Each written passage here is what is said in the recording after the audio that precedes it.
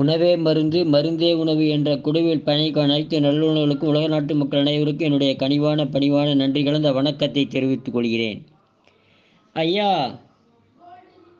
இந்த சளி என்ன எங்களை விடவே மாட்டேங்குதுங்க ஐயா. இருமல் தாங்கவே முடியலைங்கய்யா. இந்த ஆஸ்துமா வேறங்க ஐயா. இதுக்கு என்னங்க ஐயா பண்ணலாம்?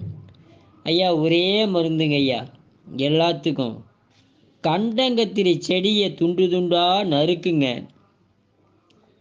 நறுக்கி இந்த முள்ளெல்லாம் நீக்கிடணும். அதை தூள் செய்து வச்சுக்கோங்க. அரை தேக்கண்டி தூளில் தேன் கலந்து டெய்லி 48 நாள் சாப்பிட்டு வாங்க ஐயா. ஆஸ்துமா பறந்து போகும். இது மாதிரி செய்தீங்கன்னா ஆஸ்துமான இருமலும் பறந்து போயுங்க ஐயா.